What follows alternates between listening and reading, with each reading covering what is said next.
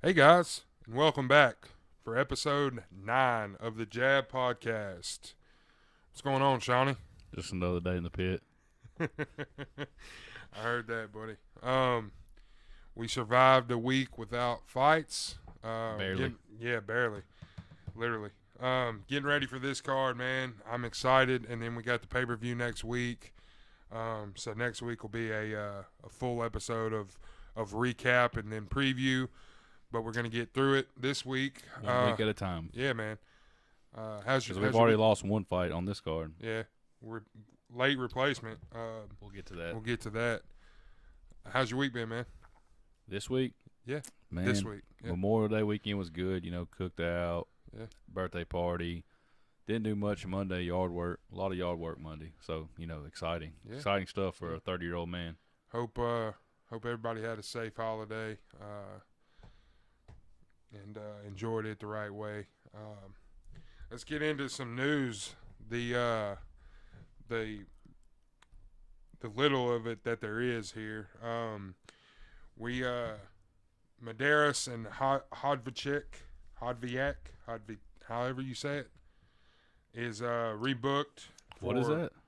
Medeiros and Hodviak. The fight that got canceled last. Hodzovic and Hodov. How do you say it? Hodzovic. Dude, this is going to be a bad podcast for me with pronunciations. Hodzovic. Dude, it's hard. Who's Medeiros? Yancy Medeiros. Oh, goddamn. Yeah, okay. I'm with you now. It's rebooked for June 26th. And the only really other fight news, like new fights we got this week, is Chris Dawkins versus Shamil Abdurakhmavadov. Close enough for me, buddy. Whatever, dude. Hadn't fought since 2019. I'm excited about that, man. Doc is back in there against Shamil. I think it's going to be a good fight. That the winner of that fight will probably get a top 8 guy after that. Both are in the, I think Shamil's like 11, and then Dawkins is right at 15. Or I don't have the updated rankings, but that's heavyweight. Yeah, the heavyweight. Chris Dawkins. Okay. I think Aspinall might be 15. What I was getting. Yeah. When are you coming back, bro? Yeah. Only other really bit of news, and then we'll get into the fake news here. Prochazka plans on being the alternate at UFC 266 with Glover and rightfully so. Jan. So stay ready. You ain't got to get ready. Yeah. A lot of news there, but I did want to touch on this, and I don't know. We said we weren't going to talk about it on the podcast, but it's getting so much into the MMA community and the MMA world that we have to discuss it. Tyron Woodley is going to box, and I'm doing the air quotes right now. He's going to box Jake Paul. Why air quotes? In August. Is he gonna do? No, I'm saying I don't see it as being a real fight. I really don't. I mean I think it's a staged. Yeah, I mean event. I think it's the same thing with the Askren fight though. Yeah, and Vegas backs me up on this. Is Paul being the favorite on the first odds that come out? Well, I saw Paul's something minus today. 140, and then Woodley's plus 120. If this is a real fight, Sean, I would bet on Woodley. If this is a real legitimate fight, I go put my fucking net worth on fucking what. But dude, if you look at the way the Askren fight was, it's just like a publicity stunt. Like it you got is. Justin Bieber there, Snoop Dogg. They're all smoking weed on camera. Right. It's just a big it's a party. It's not even like it's an event. It's not It's not fights. It's not a fight. It's not a fight. My thing is, and you mentioned this, is Woodley's going to get the highest payday of his career. And it's in sad. August. It's And really it's sad. He's a former UFC world welterweight champion. And, the guy knocked out Robbie Lawler. Cold.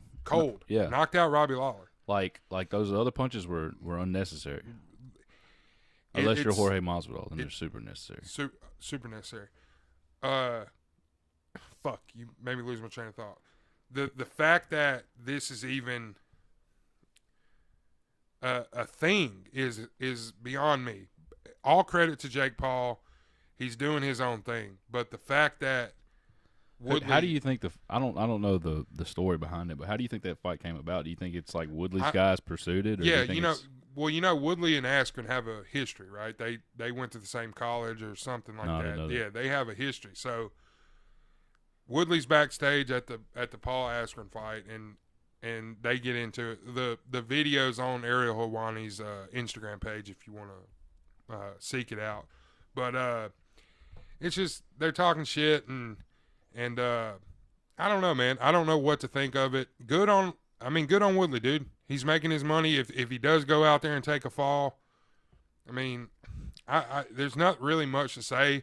There's not really much intelligent like stuff to say to break this fight down because I said fight. It ain't a fucking fight. It's a circus, is what it is. Yeah, and, it's a money grab. Dude. But we got to talk about it.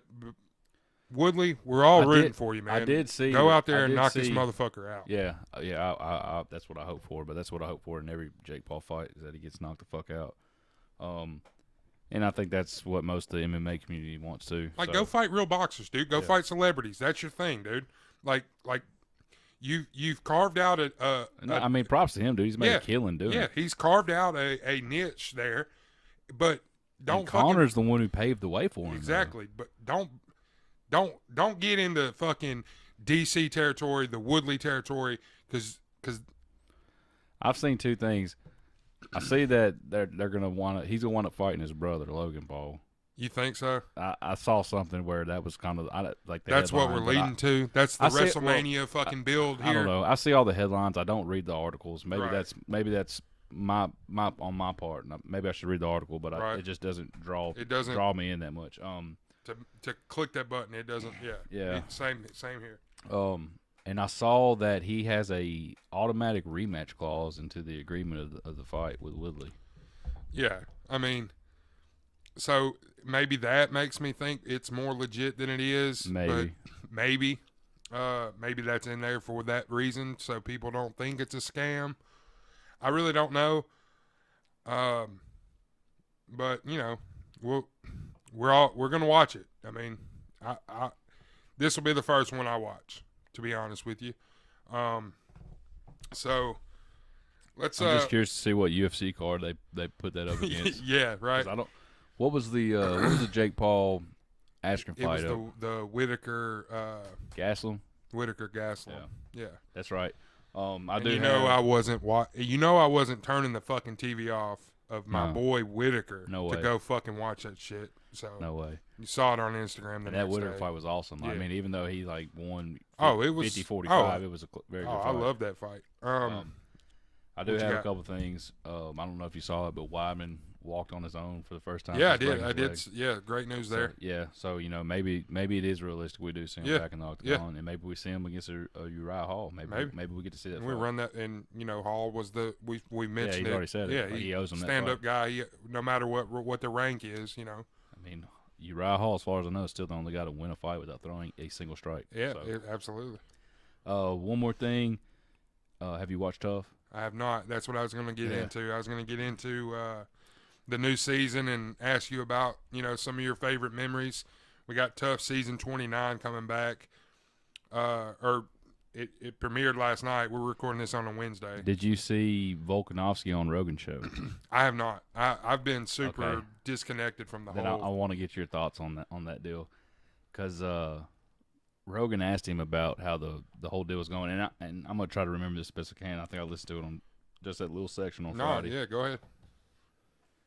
Rogan asked him how it's going, and Volkanovski said something like he doesn't like Ortega because of he thinks he's fake, and he thinks Ortega's fake, like he does all this stuff for the camera or puts on like a show for a camera, but that's not who he is behind the scenes. And then Rogan asked him to elaborate about it. He's like, I don't know, man. He didn't have an example for it. He's like, I don't know, man. Maybe I'm just trying to find a reason to hate the guy. Maybe. So I don't know. That sounds super. That sounds super made up. It was a bad look. Ortega's a stand-up guy. It's hard. Ortega's the type of guy that what you see is what you get. If you ask me, it could be. I don't know. It could be they're trying to build the show. Who knows? I saw something.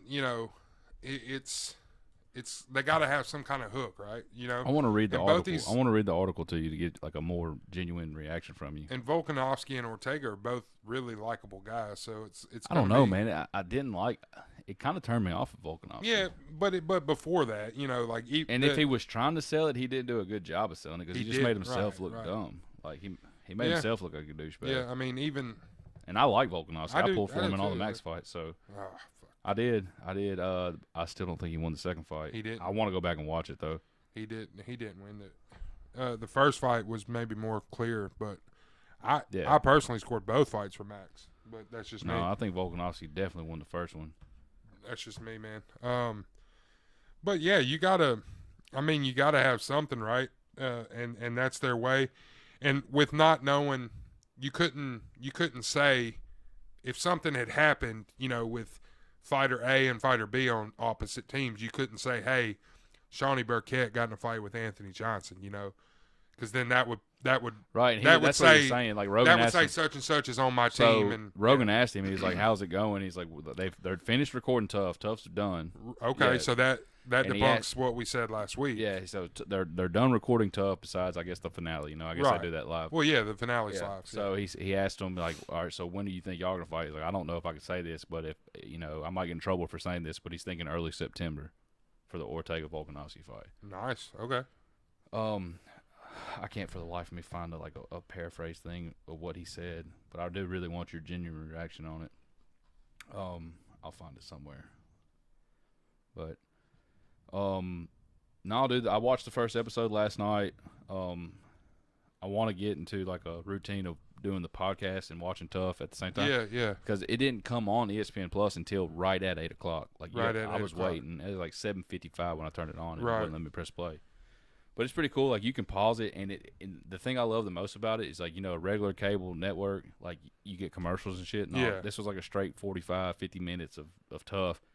But it moves, man, it moves so goddamn fast. Like, they breeze through the draft. I mean, like, I think they showed you Volkanovski had the first pick, so it showed you his first pick. And don't give anything away as far as, like, who and who, as far as fighter names. You didn't really get to know the fighters besides besides the two that ended up fighting, at the end of the episode. So, which that was okay. But yeah, I mean, I may not be the only one that hadn't seen it yet, so let's stay spoiler free on this side of it. No, if I knew you were waiting on me, man, I would have waited on you. No, you're good, man. Like I said, I've kind of been, distance away. I got the boys here for the summer, my two boys.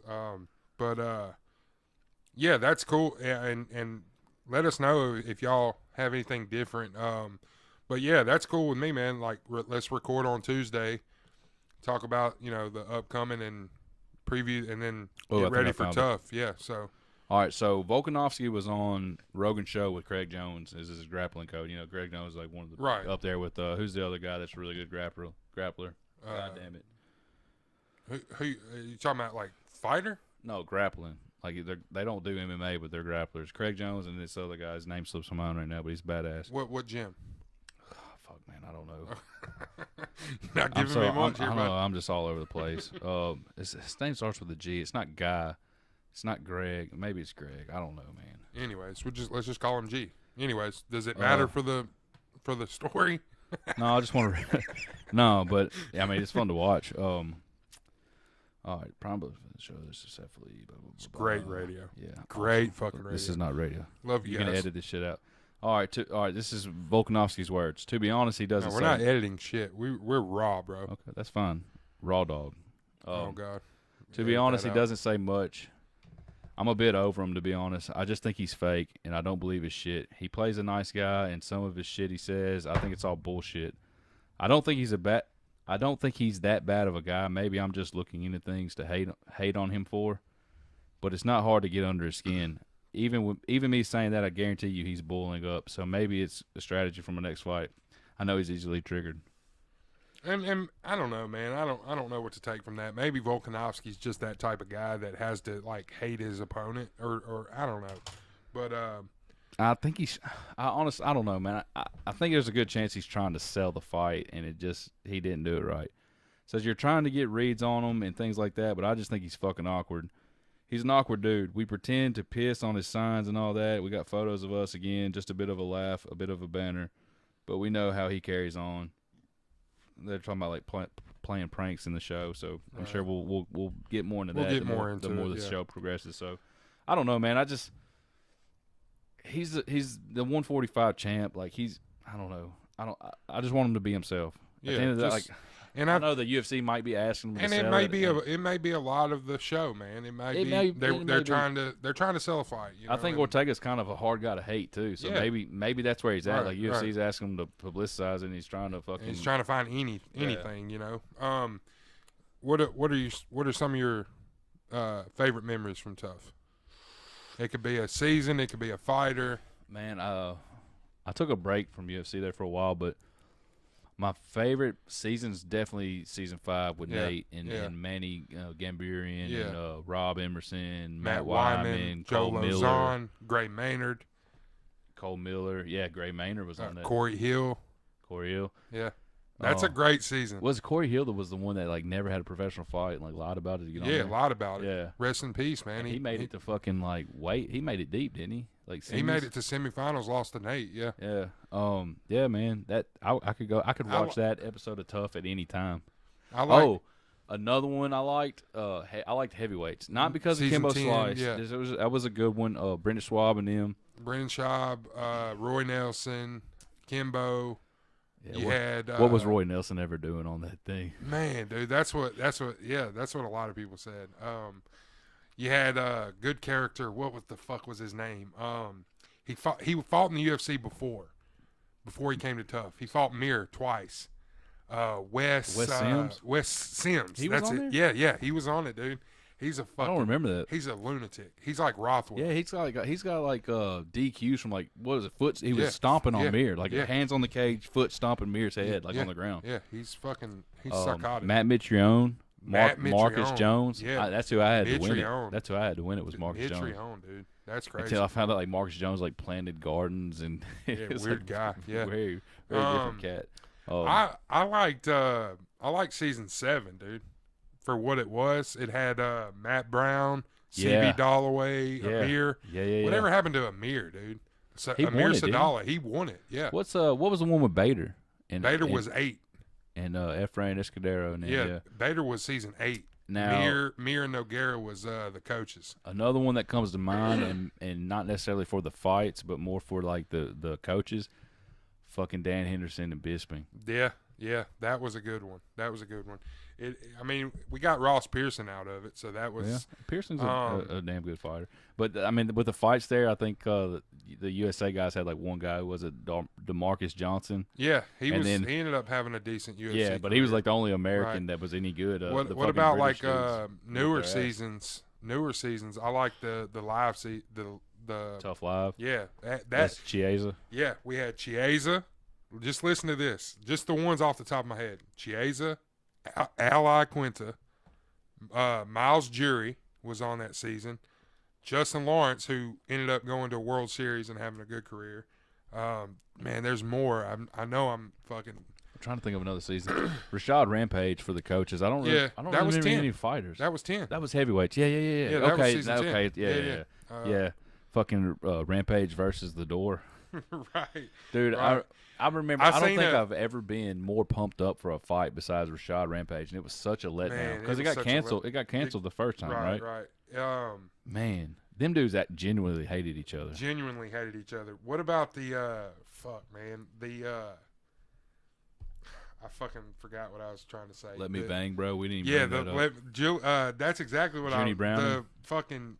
No, that's a different one. But that is a different one. But let me bang, bro. The UFC put out on their Facebook page, I think it was like it had Ortega and Volkanovski and a couple of the fighters on the season, and they were like. It talked about like Chris Lieben in season 1, and it talked about Junie Browning, and it talked about the let me bang, bro, like the top tough moments. Yeah, top tough moments, and when they got to the epic scene of when fucking.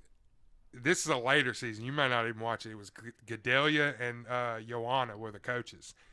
and Dana's up on this big ass fucking crane. It's the coach's challenge, Right. which is the I best. think I've seen this. The best part of the season. And like, if Claudia hits a bullseye, it's gonna drop Dana.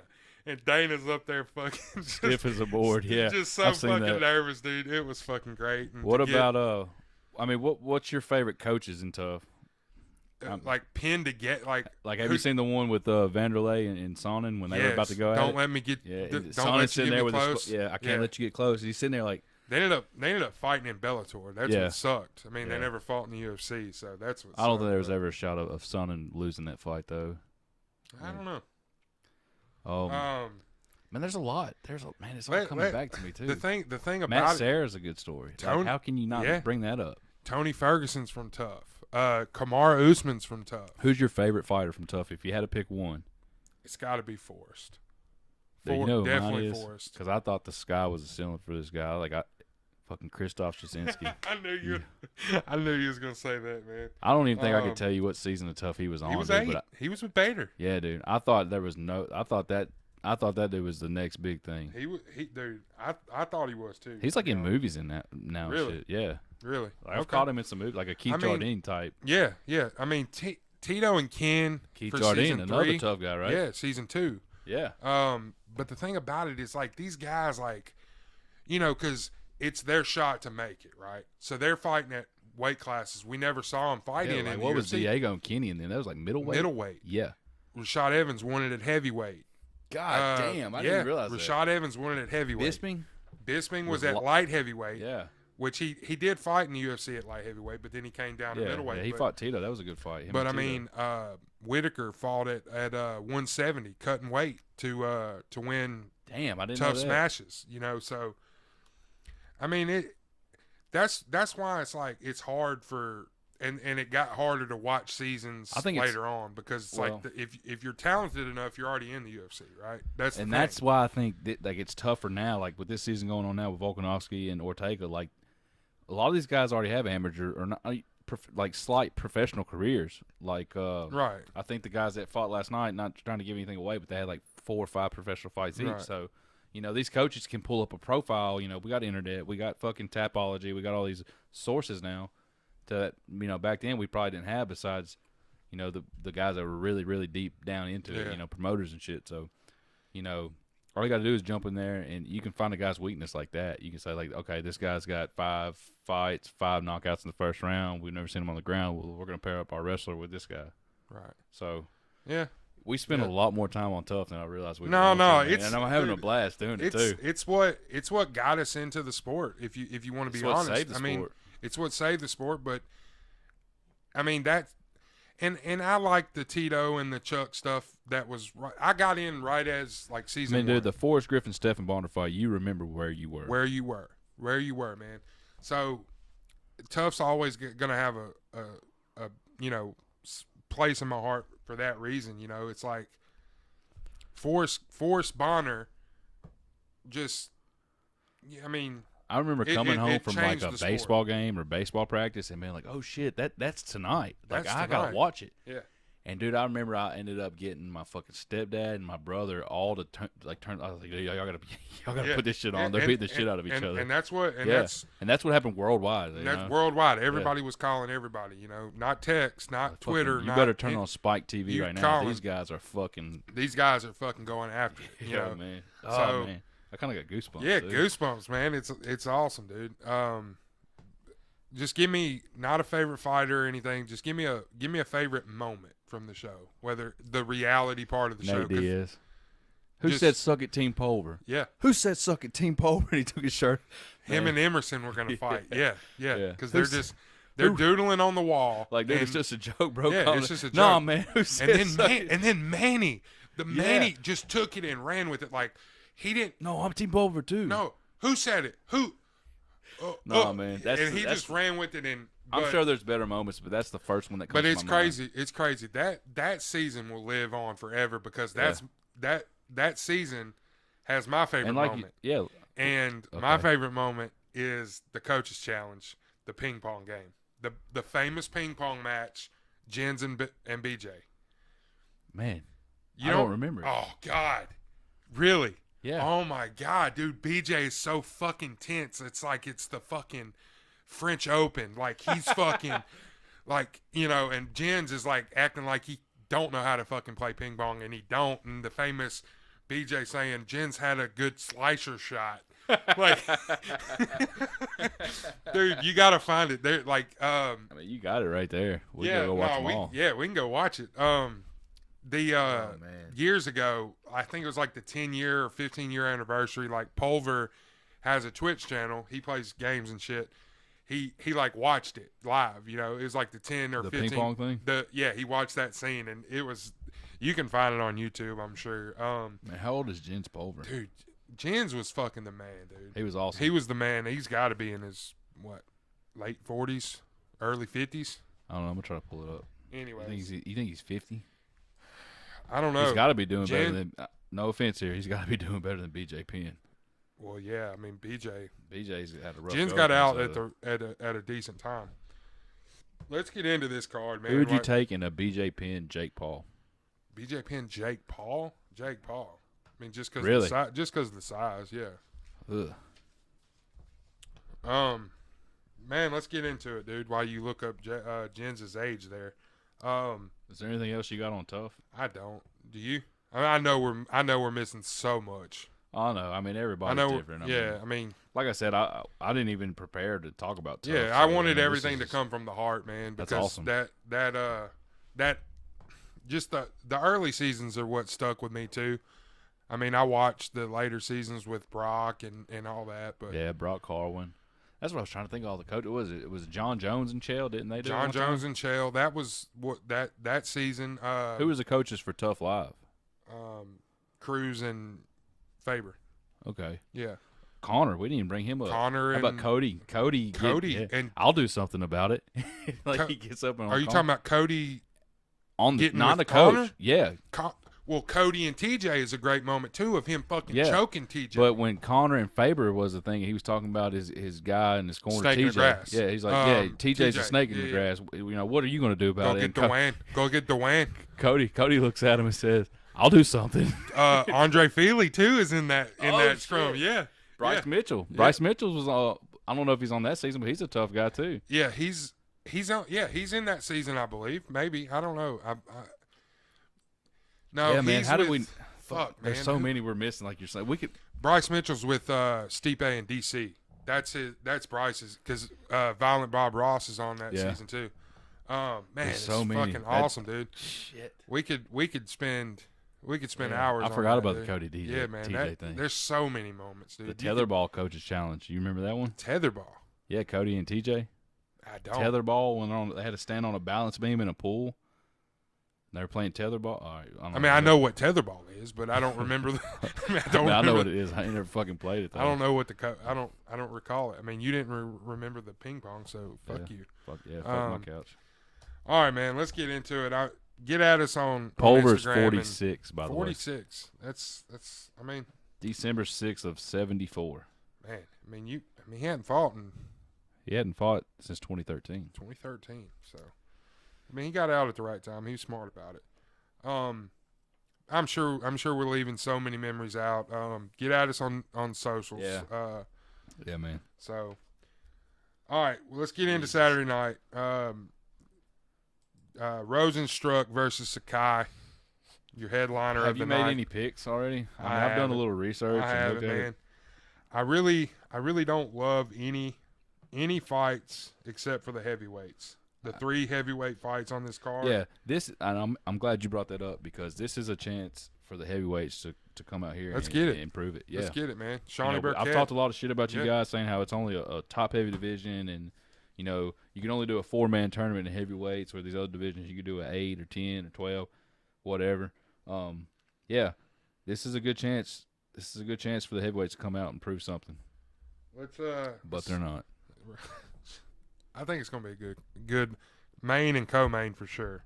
But let's get into it, man. I think we could get disappointed. I think we could have all these heavyweight fights and a lot of heavyweight decisions, which is something you should not ever see. Rozenstruik's last fight. What was it?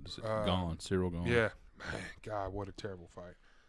Anyways, let's get into it. Claudio, first fight of the night, Claudio Pulelis versus Jordan Levitt. The Monkey King. Yeah. Did you see that?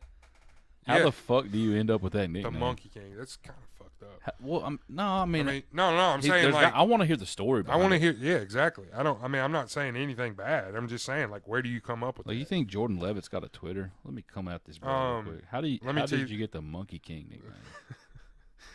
Pulelis nickname El Nino. That's fucking Melendez, right? El Nino. That's a common one for Mexicans, I think. It is Mexican, right? No, he's Peru. He's from Peru. Well, Spanish then. Okay. El Nino is Spanish, right? That's what I'm asking. Like I said, Mexican. That's fucked up. El Nino is Spanish, motherfucker. All right, Jordan Levitt's minus 200 on the favorite. El Nino coming back at plus 160. Jordan Levitt's 8-0. Pulelis is 9-2. 4-1 in his last fight, with the loss coming 4 years ago against Martin Bravo, who's a good fighter. He hadn't fought in a year and 8 months, so a little bit of a layoff for him. Jordan Levitt fought Matt Wyman with that big slam about awesome 5 months ago. Awesome. So I like Levitt here big. I ain't gonna lay the wood, but I do like him here. Anything to add, Shawnee?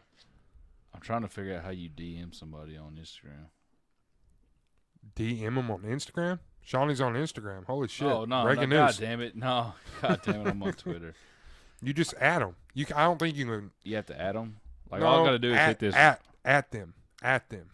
You have to at. His Twitter handle is @JoJo_Monkey King. Okay. I just want to know how he ended up with the Monkey King nickname. Okay. You can go to his profile, and then there should be an arrow at the top. Yeah, and then ask him. Like, a lot of people don't have their DMs open. And you can't say anything mean on Twitter anymore. Did you know that? What? Mean tweets are banned. Did you know that? No. Yeah. Can't say anything mean anymore. I don't ever say anything mean. Everyone's pussies now. Anything to add on this fight, Shawnee? We're in the middle of a podcast. You can tweet Monkey King later. He might get bad at me while we're doing the podcast. How did news. You end up with the Monkey King name? Say if you want to join us on the Jab podcast, call in. But we don't have a hotline. But let's just fuck with him.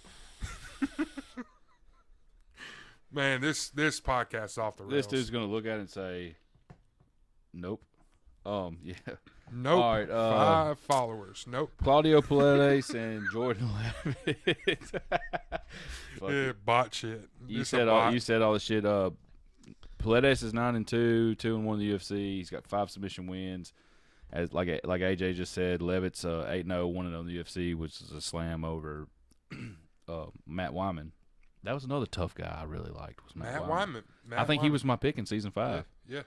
We talked about all the guys in season 5. No, I think I mentioned Wyman. Maybe. But Levitt's got 5 sub wins. 90% of the public's on Levitt. 62% sub. I'm gonna take Levitt decision. Okay, that's. I think I think my card's gonna be chalk, but we'll see. Move on here. Uses the Law versus Sean Woodson. And minus 200. That's worthy of a parlay in my book because I feel good about that pick. I do too. I feel good about this. Sean Woodson, is coming back at minus 190. He had the defeat against Julian Erosa in his last bout, the Darce choke. Taking on Uses the Law. He comes back at plus 150 underdog.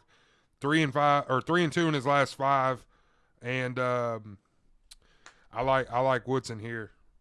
Yeah, me too. I like Woodson to get the decision. I'll take him decision. Yeah. Woodson's 7-1, 1-1 in the UFC. Like you said, he's coming off a submission loss to Julian Erosa where he faded. He faded late in that fight, but he does have a really good flying knee victory. I don't remember off the top of my head who it was. I think it was his last win. I think it was his last win. Zalal is 10-4, 2-2 in the UFC. No, the flying knee came on Contender Series. Terrence McKinney. Okay. Yeah. Okay. He had a UFC debut, then he lost to Erosa. So this is his 3rd fight in UFC. Right. Like not including Dana White. I follow you. Zalal's 10-4, 2-2 in the UFC. He's coming off 2 consecutive losses, which he was the favorite in both those fights that he lost, and they're both unanimous decisions. Of his 4 losses, they're all decision losses. So he's got 5 sub wins. Doesn't get stopped. But that's going to change Saturday. I'm taking Sean Woodson knockout in the first. I like it. I gave Zalal. Zalaw's good. I like Zalal. Yeah, I don't have nothing. He's tough to stop. So. I think Woodson's a really good fighter. Move on to the women's division here, the flyweight division rather. We got a late substitution here. Marina Moraz had to withdraw, undisclosed reasons at the moment of this podcast. Tabitha Ricci's gonna step in here. She's 5-0 from Brazil. She's number 52 ranked flyweight in Brazil. I don't know anything about her, Shawnee. I'm not going to pretend that I like her nickname. It's BB Shark. Like, I guess that's a play on Baby Shark. Oh, fuck. BB Shark. We're not going to do it. We're not going to do it. Do that. Sorry for everybody listening that fucking song's in your head now. Yeah, I'm sorry. If you got kids, bro. The struggle is real. She's going to fight Manon Farrow, who's 6-1. Not really much. What do you think the odds are? I don't know. I saw something where Farrow's opening up at a minus 450. 450? Like opening. I don't know. I mean, I have no gauge. I don't know. About right, I don't know any. On late notice. I don't Yeah. know anything about Ricci. I'm not going to touch it as far as she could betting. come out here and put a smackdown on her. Yeah, she could. Who knows? I'm going to go with Farrow. I'll be safe with the decision just to, if we're picking methods. I didn't have much to say about this fight. Farrow's got a basic ass nickname, Beast. The Beast. Forget the. It's a big part of it. She's 6-1 with 5 knockouts. So I'm assuming if you're gonna come in and fight a knockout artist on short notice, like you're probably gonna get knocked out. So I'll take Farrow knockout. Right. 70% of the public's on her. 62% was decision. That was before Moraz pulled out. It's 100% now, and I think it's knockout. So I'm gonna follow suit on it. Not gonna touch it. Not gonna bet it, especially if it's minus 450. It's not worth my time. But it should be a fun fight to watch. Yeah, we'll see what. Who knows? BB Shark could come out here and fucking. Shark attack her ass. she's the Charles Bennett of this card, or Charles Barnett. I mean. Charles Bennett, he's fighting. Is it Bennett or Barnett? Barnett is the guy that fought Rothwell, but Charles Bennett is the guy that's fighting in Masvidal's game bread thing. Right. Like, fucking crazy ass. Crazy. Against Jason Knight. Yeah. You remember when he was fighting the Chinese dude in Pride, and he's like looking at the camera, and he's like, Yeah. Wow, that's fucked up. No, he did it, not me. Let's move on, man. God dang. Let's move on to the lightweight division. I like the dog here, man. Alan Patrick versus Mason Jones. Alon Petrick. Alon Petrick. I think it's how he says it, but whatever. Whatever, man. Same. You like the dog? He's in this Brazilian. Fight? Yeah, I like Patrick. Mason Jones, the younger fighter, minus 300. Former Cage Warrior 2 division champ, Mason Jones. Okay. Patrick has lost his last 2 fights against Holtzman and Bobby Green. Both decision. Or Holtzman knocked him out, but Bobby Green was the decision. Yeah. I like the value here.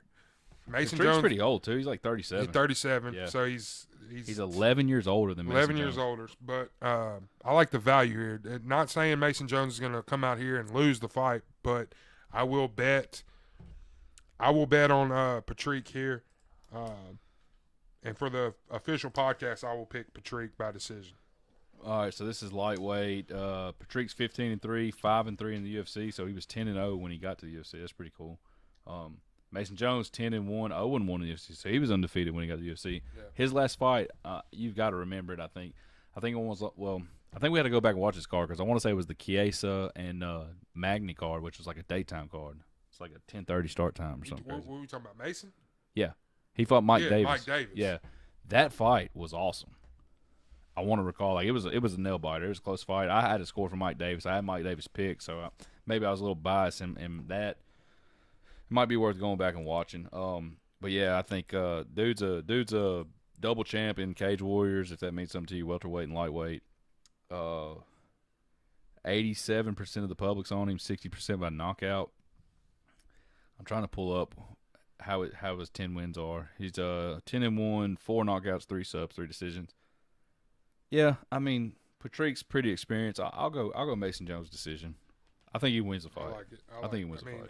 It's not a bad pick by any stretch of the imagination. So let's move on to the welterweight division. The veterans here, Francisco Trinaldo. Dude's old as fuck, bro. Yeah, but 42. Help me with the Muslim king of kung fu. Muslim Salikov. The king of kung fu. Right. Minus 225. Trinaldo at plus 185. 17-2 for king of kung fu. Trinaldo 26-7. Both veterans, man. 36 years old. And 42 for Trinaldo. Yeah.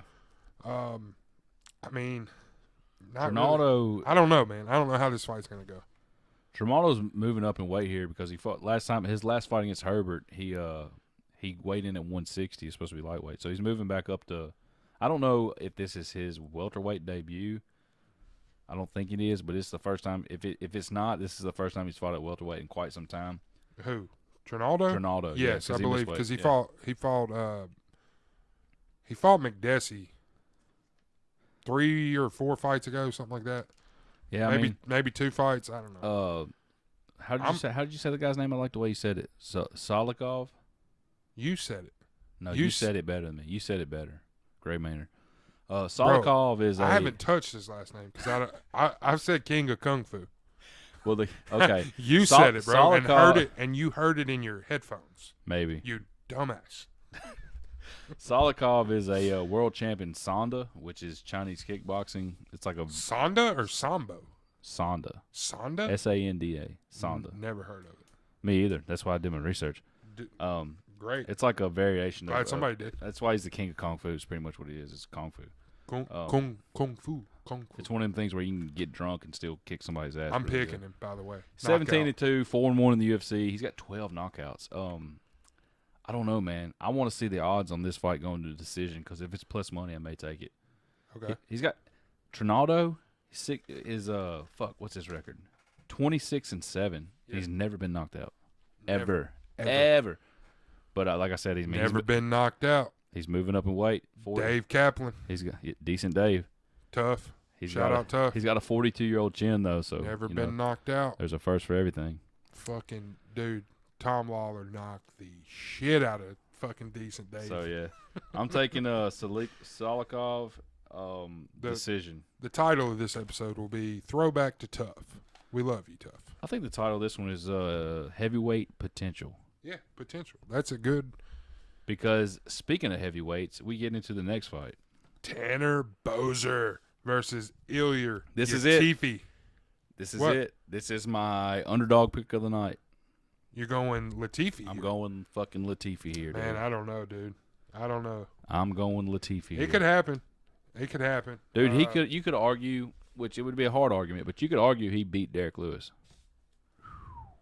He took Derek Lewis down, I think, 3 times, and like Derek Lewis outstruck him by leaps and bounds. So he did. I mean that's his last fight. I scored it. Yeah, I scored it for Derek Lewis too. But I mean, Derek Lewis didn't get any, didn't tee off on him or anything. Like Latifi was able to hold it close and get him on the ground. But I think if he can come out here and do that to Boser, I think he can win. Yeah, this is, and really you can say that for all 3 heavyweight fights. Yeah. That's what you don't know what's going to happen. I'm afraid we're going to see a lot of heavyweight decisions. You could go 3-0. You could go 0-3.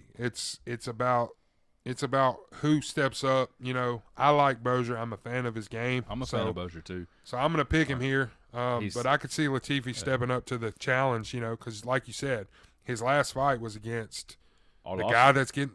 Latifi. Oh, yeah, Derek Lewis. Latifi, his last fight was the guy who's getting a title shot, and he fought him, heads up. He got outstruck, but, My notes on him is Boser's. I don't know. We'll see what happens. Yeah, that's kind of where I'm at. Yeah, I mean, Boser's supposed to win the fight. What were the odds? Did you say them? No, I don't think I did. Boser minus 210, and then Ilir Latifi coming back at plus 172. Yeah, give me the 172. I like that. That's good value. I'm not mad at it. Boser's 19-7-1, 3-2 in the UFC. He's got 10 knockouts. Last fight was Arlovsky, and I think he was what? I don't know, I think he was like on 2 or 3 fight win streak when he fought Arlovsky. He was. He lost to Cyril Gahn. And then he Yeah. beat Felipe Lins. Well, it's the same thing the guys that run into when they fight Arlovsky, like Chase Sherman, even Tom Aspinall. He didn't knock out Arlovsky. It's the same thing you run into. Right. These young guys fight Arlovsky, and he's just like he's a gamer, dude. He's been there forever. He's the most experienced heavyweight. He's the Terminator, dude. Yeah. So Arlovsky, yeah. You're not going to go in there and I feel like in 5 years we'll still be, if we're still doing this podcast in 5 years, I hope we are. It's a plan. We're talking about Arlovsky still fucking fighting at 47, 48, whatever it would be in 5 years. Arlovsky's that guy. Like you're not going to go in there and show him anything he's never seen. So right. I think that's kind of what Bozer ran into his last time. Yeah, I mean, Bozer probably thought he was going to go in there and use his pressure, use his youth, if that's a term. I'm going to use it. But I think he got brought down to earth, and I think it's going to make him a better fighter. It's definitely going to make him a better fighter. Right. But the thing with Latifi is he's 14-8, 7-6 in the UFC. He's on a 3-fight skid. He's lost a lot of names though. I'll have to pull up his resume, but he's lost. He's been in there with the best guys. I mean, and I think Derek Lewis was his heavyweight debut. He's went back and forth in his career. He's fought Czech Congo, I believe. No shit. Yeah. All right. Well, yeah. I mean, I really like him in this fight. I think he could win it, but I wouldn't be surprised a bit if Bozier wins it. And if Bozier wins it, like knockout in the first, I think we could see Latifi get cut, but that's whatever. Maybe 69% of the public's on Bozier here, 50% decision. I'm gonna go Latifi in a very boring win decision because I mean he's not an exciting fighter, but I mean Shawnee picking a heavyweight fight to go to decision and saying it's boring. Yeah. Wow, that's not a surprise at all. Let me show you my shocked face. Oh yeah. All right. I don't know if I said it. I'm gonna take Bozier. I'm gonna get him to. I think he's learned from his mistakes, his hesitancies. Hesitant. We know what you're trying to say. Right. You say it better. Shout out Gray Manor. I think we've already the second shout out for the day. I'm gonna take Bozier by fucking knockout. I think he's learned from his mistakes. Like it. So let's move on to the women's flyweight division. At least I can say I didn't go chalk. Yeah. Fun fight, man. Yeah, I like this fight. The Queen of Violence. Ariane Lipski versus Montana De La Rosa. De La Rosa minus 260 as the favorite. Lipski coming back at plus 210. If you look at both of these, I like Lipski, dude. Do you? Yeah, I like her here. I like De La Rosa. I think minus 210 or plus 210 is it's good value. It's good value, man. She's been in there with some really tough fighters. Both of these girls' losses are awesome. Are not losses you hang your hat at, man. No, not hardly. De La Rosa's 11-6-1, 4-2-1 in the UFC. Lipski's 13-6, 2-3 in the UFC. De La Rosa's coming off that draw to Mayra Benya Silva, but lost to Araujo and Andrea Lee. That Silva fight though, her last 5. It was a Silva.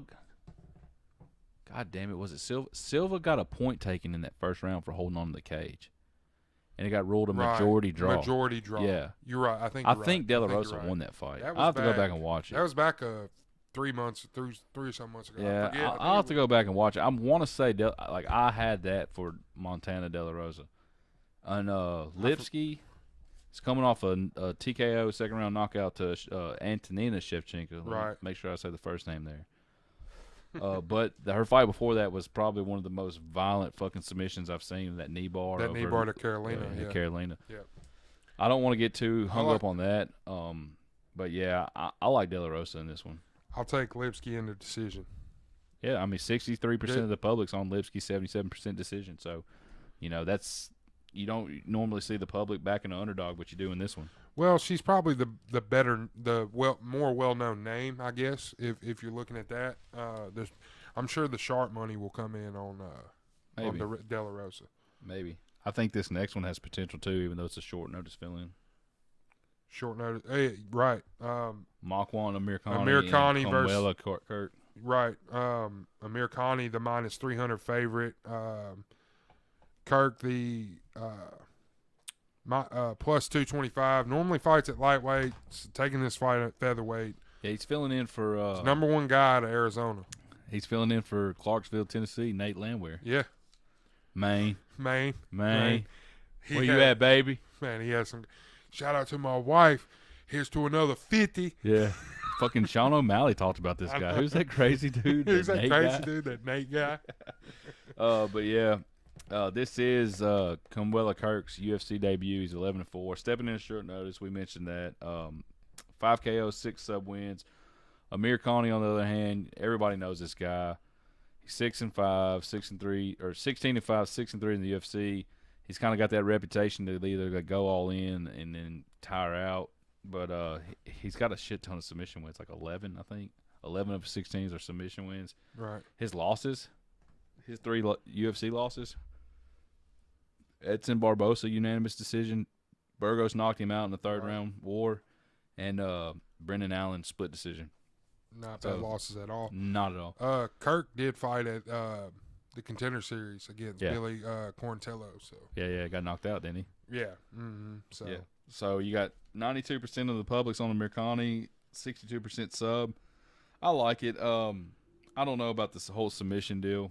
Kumwella Kirk's got 6 subs of himself, so I don't know. I'm gonna take Amir Khani. I am too, and I'll take decision. I don't know. Yeah, I don't. I mean, if you put a gun to my head and I had to take a method, I'll take decision. I'll take decision too. It's not the popular pick probably, but I think it's a fun fight though. I mean, I want to see Kirk's gonna come out here UFC debut, as long as he don't get his eyes caught in the lights, like he's gonna come out here and try to win it. He's wants gonna try to finish him. Wants to right the wrong from the Dana. Yeah, for sure. Here you go, man. Here's your chance. Let's move on, man. This is the main card. This is my pick for fight of the night. Really? Yes. Hold up. Are you on the same fight I am? This is my pick for domination of the night. What's that? Tom Breeze? Yeah. No. This is the fight of the night, dude. No, dude. This is the fucking obliteration of the night. I don't believe so. Middleweight. Tom Breeze taking on Antonio Arroyo. Yeah. Tom Breeze is the heavy, moderate favorite of minus 250. Arroyo coming back at plus 200. Why do you think it's going to be a domination?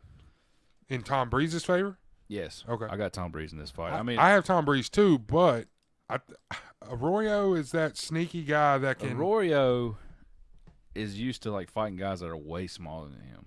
It's usually what you get him seen paired up against. He's 9-4, 0-2 in the UFC. He has unanimous decision losses to fucking Deron Wynn and Andre Muniz, who we just saw break Jacare's arm. So Muniz is not a bad loss. But Darren Wynn's the DC prodigy, ain't he? Listen to this shit though. Darren Wynn took down. Here's DC and just immediately goes the other way. No. This is actually a play on DC, I guess you could say. Motherfucking Arroyo was taken down by Darren Wynn 12 times in that fight.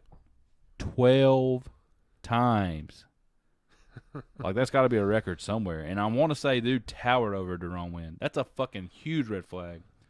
Arroyo's had 2 fights canceled to weight cutting issues. One of them was his fault. I think one of them was his opponent's fault. Okay, maybe I'm wrong, Charlie. But I feel like this guy's going to step up to the occasion, man. So he just got fucking embarrassed, taken down 12 times. He's going to step up into the cage and get his ass whooped. Oh. Maybe Breeze is on a, but I bet you they're gonna be fucking swinging before it happens. Yeah, Breeze is on one of them win one lose one streaks. I was right last time. He's due for a win. Okay, Tom Breeze is due for a win. Okay, I'm with you. He's coming off lost to Amari Akhmedov submission in the second arm triangle. Beat KB Bueller and then lost to Brendan Allen. Then he lost to Sean Strickland back in 2016. So there's some time off there between those. 92% of the public's on Breeze, 46% decision. Dude, I'm thinking if it goes to decision, I'm thinking it's fucking 30-26. Man, I mean, I'm picking decision, but I think it's going to be a back and forth. 29-28, Tom Breeze. Yeah. Is the way I'm going to. I'm thinking I'll take decision, but I'm going to stick with my 30. A lot of decisions. 30-26. We picked a lot of decisions so far, man. 30-26, Tom Breeze. Let's move on to the middleweight division. I'm going to let Shawnee pronounce these names. Dusko Todorovic. Okay. And Gregory Rodriguez. Or Rodriguez. He's Brazilian. I don't know. I'm going to say Rodriguez. Rodriguez, the plus 135 underdog in this fight. 4-1 in his last 5. Coming off 2 wins versus Todorovic. Todorovic minus 165. 4-1 in his last fight. Last five, I mean. Lost to Peniel Soriano in his last. Punley Soriano, which Soriano, that fight was fucking, dude. I don't know if you remember that fight. Soriano was all over his ass, and that fight should have been stopped a lot sooner than it was. Like okay. I do. I vaguely remember it. Yeah, I mean, I had Todorovic picked in that fight. Just I guess I got caught up in the 10-0 bullshit, but Soriano's a real deal, man. That motherfucker. I'm ready to see him fight again because he fucked Dusko's ass up. Like, well, so who you taking? I'm taking Todorovic. We didn't mention this is Rodriguez's UFC debut. He's stepping in for Maki Patolo. Short notice. Yeah. Patolo got hurt training. Fought in LFA. Not really much. Yeah. I don't really know much about his last loss was Contender Series against Jordan Williams. Nickname of the RoboCop. No, I didn't catch that. RoboCop versus Thunder on the other side for Dusko. Yeah. I'll take Todorovic. Not confident at all about. I'm gonna take it. I'm gonna take him knockout. I don't know. Sure, I'll take him. I'm not confident. I'm not confident in any of these picks, honestly, dude. 83% of the public's on Todorovic. I'm gonna be 73 knockout. I'm just gonna take it. Fuck it, knockout in the first. I'm gonna be confident next week though, man. Nate Diaz over Leon Edwards. Spoiler. I got a can't miss parlay. Yeah, can't lose parlay. Save it for next week. Save it. Let's move on to the welterweight division. Santiago Ponzinibbio versus Miguel Baez. Beza. But I think it's Beza. Baez. Whatever. Beza, Baez, whatever. I think your Baez that you near even fight here, man. I've got minus 110 each side. I got Ponzi plus money. And if you can get Ponzi at plus money, take it. I'm gonna tell you what I picked against Ponzi against Li Zhangli. You picked Li Zhangli. Yeah. Just for the simple fact that the time off for Ponzinibbio. Sure. I think he's back. You think he's back? I think he's back. Dude, it ain't been but like 2 or 3 months since that fight. No, 4 months. 4 months, 2 weeks. Oh, my bad. 4 months. Well, it's double the time you said. I said 2 or 3. You said 2. I said 2 or 3 months. Whatever, dude. Fuck you'll hear this shit when you listen to it. Ponzinibbio. But no, I'm not saying he's back as far as like that. I'm saying like he had all that time off. He had to get off the ring rust. It is a real thing, dude. He got off the ring rust, all right. Yeah, left hook. He got his fucking left hook block knocked off. Baez is 10-0, man. Tough fight. Caramel Thunder. Whoa,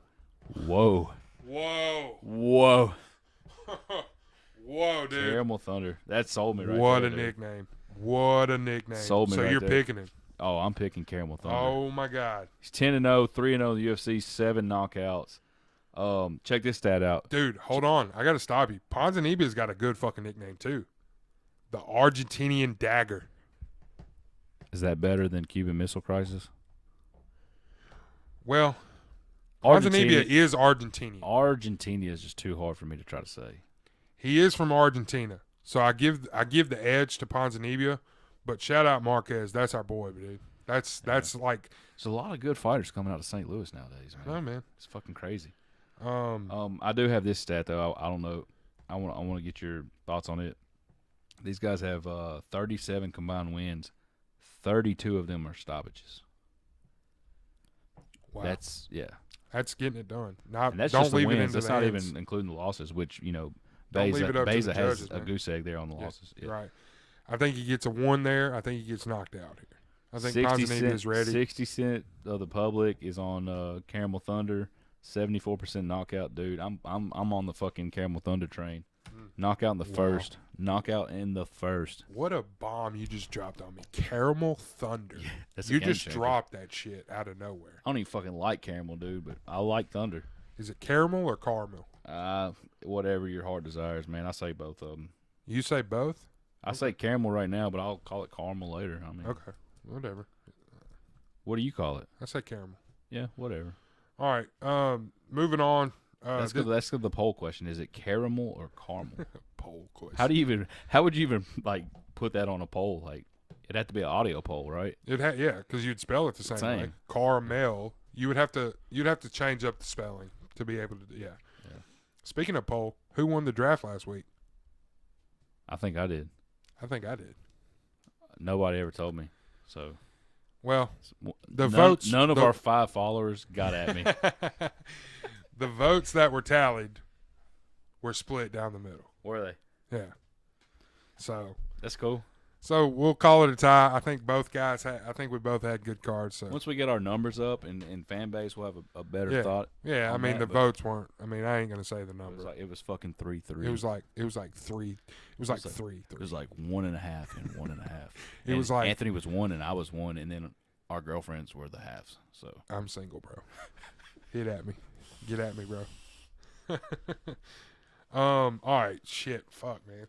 Let's get into the middleweight division. Roman Dolidze. Fuck, dude. Roman Dolidze, and I'm going to struggle with this one. Lariano Staropoli. Okay, I like it. He's making his middleweight debut. Is that correct? And he's taking this fight on short notice, so he's fighting up a weight class. Minus 140 for Dolidze, and Staropoli plus 110. What was Dolidze minus 140? 140. I like that. How the fuck? Minus 140. I like it a lot, dude. I'm betting that shit tomorrow. Yeah. Staropoli coming off 2 losses, Tim Means, and fighting in the prelims. Muslim Salikov. He's coming in on short notice for Alicio De Chirio, which I think I was going to take De Chiro there. Yeah. But he's moving up to middleweight. Like I said, short notice. 9-3 is Staropoli. 2-2 in the UFC. 5 knockouts, 2 subs. Dolidze, he's 8-1, 2-1 in the UFC. His only loss is to Trevin Giles his last time out, which was his middleweight debut. He moved down from light heavyweight to middleweight. Fought Trevin Giles, which was a close fight. I mean, you could have scored that fight for Dolidze too, I think. So I think that number, dude, minus 140. I think you better jump on. It is low for a guy that's coming in on short notice and fighting up a class. For a guy that's having his second fight at middleweight. Why do you think it's that low? Just because, I mean, I don't know, man. I don't really know what kind of fighter Loriano is. I mean, my thing is like 5 knockouts, 2 subs. Like he's gonna go in there and try to get a knockout in the first round, which he could, because Dolidze has been rocked before. Like we've seen the guy like struggle taking a punch, but. I mean, my thing is like, what does Vegas know that we don't? Right. A lot. All right. Well, I'll bite into it. 89% of the public's on Dolidze here. 65% decision. I'm gonna follow suit. I'm taking knockout. Dolidze. Mm-hmm. Yeah. I mean, I don't think Staropoli is a bad knockout pick here too. Because I mean, for the value, but yeah, for the value, because he's coming in on short notice. He's got 5 knockouts out of his 9 wins. Like. He's gonna come in there trying to put a stop to this shit right. Like he ain't had time to condition for the fight. Right. He don't want to mess around, and Right. So. All right, man. Let's get to the 2 main heavyweight co-main and mains heavyweight division. Yeah, I kind of gotta take a piss too, but I'll tough it out. No, man. Let's tough it out, dude.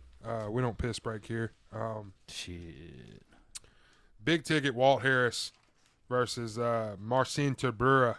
Do you like Walt Harris? Like. He's got a good story. I have mad respect for him. I mean, you got to like him as a human being, but as a fighter, I don't know, man. I like him. I like him as a fighter. I think he's top 15-esque. 13-9, 13 knockouts. Do you want to take a guess out of those 13 knockouts he has? How many of them come in the first round? I would say probably 12. 11. Okay. He's one of those guys that if it gets out of the first round, you're done. Right. And it's sad, man. It's sad. Yeah, I like Walt. He's had a tough go of it the last 2 fights. The Alistair Overeem fight, it was just an impossible. Impossible. You know who's beaten Walt Harris? I think I told you last week, but I'm going to tell you again. Rothwell? No. Quite the opposite. Charles. Chris Barnett has beaten is Wow. beating Walt Harris. Okay. All right. Has Walt Harris and Derek Lewis ever fought? Because I think that would be a fun fight. I don't think so. Yeah, it would I be. mean, it would definitely have to be for nothing. Walt Harris is 37 years old. Jesus. The the Overeem fight was an impossible spot for him to be in, so I don't really count that loss against him. But the Volkov loss was Volkov's getting ready to fight. Yeah, you had to ask. Who just me. beat Sakai last? Was that Overeem? That was Overeem. Overeem. God damn it. Name heavyweights. I mean, it's not that hard. Just name like the top 5 heavyweights. That's all there is. It's not Stipe. It's not Lewis. It's not Ngannou. It's not Rozenstruik. It's not Rozenstruik. Is it gone? Gone. Maybe. Cyril gone. I think. Maybe. Cyril gone Volkov. That's it. Yeah. That is it. Yeah, Good that is shit. I mean, it's not hard. It's heavyweight, like I said. Oh my god. Walt Harris, 13. I love the heavyweight division, man. Sorry. I love watching heavyweights fight, man. I wish there was more star power. Star power there. Star power. I wish it was more like the 155 class where it's like Justin Gaethje, Tony Ferguson. Like you had a name everywhere Right. for any scenario. Right. So Walt Harris has a slight reach advantage here. Do you have it in front of you? Yeah, Tabura. Let me go through the odds here. Tabura, the minus 165 favorite. Walt Harris, the plus 140 underdog. I don't dislike the value there for Walt Harris because he, like you said, he does have that that power that can get a guy out in the first round. Yeah. So I don't. I love the value there, but I like Tabura to get it done here, man. Yeah. Tabura is 21-6, 8-5 UFC. He's on a 4-fight win streak. He's just a like grinder. Like you said about Walt Harris, like most of his wins are KO in the first. Right. Tabura's been knocked out 4 times, and only one of them's been in the first round, and it was Augusto Sakai, which we'll get to in the main event. Right. And another reason why I kind of want Tabura to win here, which that is my pick, I'm going to take Tabura decision. I'm going to take Tabura KO in the second. I'm sticking with the decision. KO in the second. I think this has a potential to be a boring fight. It could also be, has yeah. potential for Walt Harris to come out here and knock his ass out in the first round. Right. But It's all 3 heavyweight fights are just coin flips, man. What do you think of don't know. this? Tabura comes out here, and I get my double points here. I get decision Tabura. Let me mention this: 74% on Tabura, 53% decision. Which that's what I'm following on. Yeah. What if we get a Walt Harris, Greg Hardy? Walt Harris, Greg Hardy. I will be the biggest Walt Harris fan. Yeah, for sure. In the room. I think. I don't know, man. That would be fun to watch. That'd be guns blazing, Yeah, especially it'd be guns round. blazing. That first round. Yeah, it'd Sign be. me up. So you're going Tabura decision. I'm Yes. going Tabura KO. I think it gets out of that first. I think Tabura weathers the storm of Walt Harris. It gets into the second round, and Tabura just uses his pressure. And How old is Marcin Tabura? shit, dude. You got I it in just front of you? I'm sorry. backed out of his All right, page. no big dude. deal. I mean, Walt Harris is 37. Right. That's pretty long in the tooth for a fighter, I think. Main event of the evening. Hey, my dad asked me yesterday. He said, "What is the average career of a UFC fighter? Like, how long does it last? What would you say?"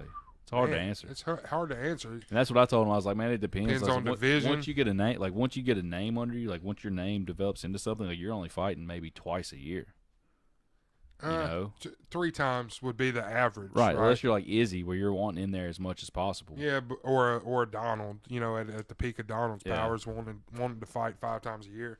So give me That's a a good fight question. number. Like, what do I you would think say- an average fight is? Like a fight number. Yeah, I guess. I mean, how else would you do that? Okay, it's hard. Like 15, 20? Are we talking about like a UFC career, or like a MMA career? A professional career, I guess, is how you'd Professional have career, to do it. I would say 25 Yeah, to 30. I like that. Yeah, because probably let's just say 8 to 10 to 12 on the independent scene. Then you get noticed, and then you can. And that's if you have start in like your early 20s, like maybe Right. 23, I think if you have 24. a 10-fight UFC career, that's a good career. For sure. Yeah. Oh, hell yes. Yeah, if you have hell yes. If you Especially fight 10 nowadays. times for the UFC, Especially nowadays. you're right. Main event of the evening. Good question, bud. Main event of the evening: Jairzinho Rozenstruik versus Augusto Sakai. Sakai 15-2-1. Rozenstruik 11-2. Near even fight as far as odds go. Rozenstruik's -120. Sakai coming back at -105. So the first both fighters minus money. You've got Sakai minus here. I had him plus, but that was from yesterday. Yeah, If you can get Sakai plus money, take it. Jump on it because the value's there. That's what I'm on. Yeah, I'm on Rozenstruik here. I know you are. Yeah, I don't know. I was big on Sakai with the Ivanov and the Tabura win, but then he comes out and Overeem just shows. Did Overeem get cut with JDS, or is Overeem? Overeem lip? No. Did he get cut like from the UFC? Oh no, that's Sakai was his last fight. No. I'm saying Overeem. Oh, with they both got JDS. Cut. Yeah. So Overeem's not in the UFC anymore. No. Okay. Neither is Dos Anjos. Yeah, right. Or Dos Santos. Dos Anjos. I thought I had that right. So, so we got Rozenstruik 3-2 in his last 5 with losses, devastating losses to Ngannou, and then the decision loss to Gane. So he was not impressed. 5 rounds, like Gane. I remember me and you both had Rozenstruik, but we were just he didn't do anything. Not impressed by either guy though. Gane tried to like grapple him and get out there and use the distance. Like both guys were very, very cautious for. Was that 5-round fight or was that okay? It was a 5-round fight, yes sir. God, so it was just lackluster. They were both fucking. They were, you know how like some fights, you get around and they're but Gane was at least throwing, dude. Gane was throwing and trying to get inside and work a clinch. Like he wasn't throwing anything legit though. Not anything devastating. Like he wasn't. Right. He wasn't trying to stop the fight. If that makes sense. I just feel like Rozenstruik was just fucking.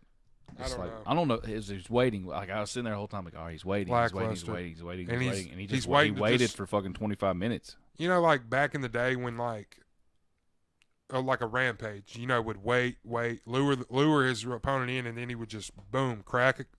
Right. That exactly. We never saw that. We never saw that from Rozenstruik. We're still waiting. We can see it here. But with that being said, I mean, I like Sakai here. Like he was able to. Dude can take a fucking punch, man. Right. He lost his last fight to Overeem by knockout. Sakai. Yeah, I like Sakai. Think about it. That was a 5-round war too, and Overeem still, even though the ref pulled him off, he never knocked out Sakai. No, he never. He hit him a shit ton of times, and he never fucking lost consciousness. I'm picking Rozenstruik here. I don't love it. I could see Sakai winning the fight. This is really a toss up. Bottom line, it really is, and I hate that, man. Like. We should be excited as fuck for this fight. Oh yeah, I feel like this is your fight of the night. Like you said earlier about Breeze and Arroyo. This is your fight of the night. But we could get a. You can get a dud. We could get a dud. You're running that with any heavyweight fight, though, man. You're right. You're right. I mean, my official pick. I'm taking Rozenstruik by knockout. You got to. So. You've got 26 professional wins between these two guys, and you've got 21 knockouts between the two guys. So, right. So, I mean, 80% of the public's on Rozenstruik, 87 by knockout. I'm taking Sakai. Knockout in the second round. I'll go second as well. Maybe third. I hope it's not a dud, man. I really want this to be the But the fight it is on paper. Pull up FanDuel. See what I don't know if they'll have the prop bets on here. I wonder what the odds are if that fight goes to the decision because it's 5 rounds. And both of them went 5. Well, Sakai got stopped in the 5th against Overeem, but that Rozenstruik fight did go 5 rounds.